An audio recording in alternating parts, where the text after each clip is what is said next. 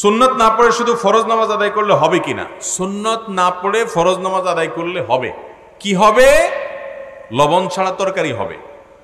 লবণ ছাড়া কি হবে ভাই? লবণ ছাড়া তরকারি কি হয় না হয় না? লবণ ছাড়া তরকারি হয় না? মরিচ ছাড়া তরকারি হয় না? হলুদ ছাড়া তরকারি হয় না? তেল ছাড়া তরকারি হয় না? তো সব ছাড়াই তো তরকারি হয়। পানি আর একটু সবজি সিদ্ধ করে নিলে সেটাও কি হয়? এক রকমের তরকারি হয়। তো সুন্নত নামাজ না পড়ে শুধু ফরজ পড়লে এইরকম নামাজ হবে আর কি, হবে, কিন্তু ভালো করে হবে।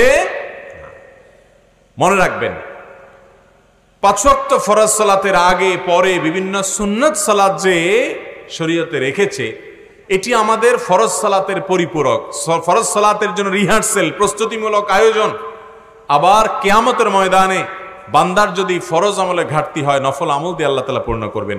5 ওয়াক্ত সালাতের আগে পরে সুন্নত সালাতগুলো এত গুরুত্বপূর্ণ সুন্নত যে আমাদের নবীজি সাল্লাল্লাহু আলাইহি সাল্লাম এগুলো কখনো ছাড়তেন না। এটা সাধারণ নফল নামাজ না, অনেকে পড়ে না। এটা সাধারণ সালাতের মতো না, এটা গুরুত্ব আছে। নবীজি সাল্লাল্লাহু আলাইহি ওয়াসাল্লাম এটা ছাড়তেন না। একবার যোহরের আগের 4 রাকাত সুন্নত মেহমান আসার কারণে বা কোনো একটা কারণে এঙ্গেজ হয়ে তিনি পড়তে পারেন নাই, তো পরে সেটা তিনি পড়েছেন। তার মানে এই সুন্নতগুলোকে তিনি সাধারণত বিনা কারণে একান্ত নিরুপায় হওয়া ছাড়তেন না। আপনার কখনো অসুবিধা, আপনি সফরে আছেন, তখন আপনি সুন্নত পড়লেন না, কিংবা আপনি এমন কোনো কাজে আছেন যে সুন্নত পড়ার টাইম নেই, তো আপনি শুধু ফরজটা পড়লেন, ইনশাল্লাহ ওয়াক্তের ফরজ আদায় হবে। হঠাৎ এরকম হয়েছে বিশেষ কোনো কারণে, গুনাহ হবে না।